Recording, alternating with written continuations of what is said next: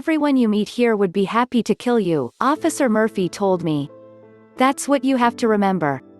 It was my first night as a patrol officer, and Murphy was showing me the ropes. Everyone? You think even the little old ladies here want to kill me? I asked.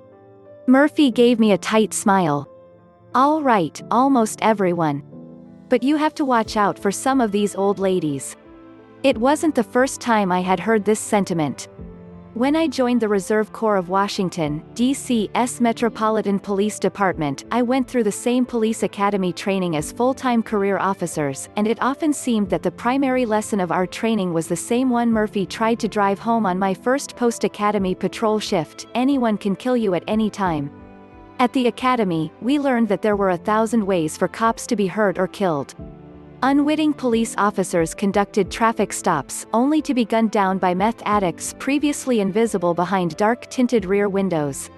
They were overpowered by combative suspects who grabbed their service weapons and shot them in the head, and beaten to death by crazed PCP addicts who kept right on pummeling them despite being repeatedly tasered. They were poisoned, strangled and pushed off the roofs of tall buildings.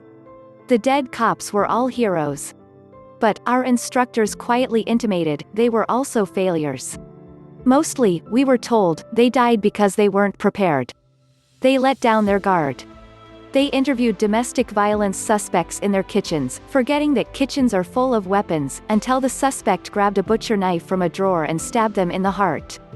They told the meek-looking elderly driver to go ahead and retrieve his registration and insurance, figuring he was harmless, until he shot them in the neck with the gun he pulled from the glove compartment. Never forget, the instructors told us, you have a right to go home safe.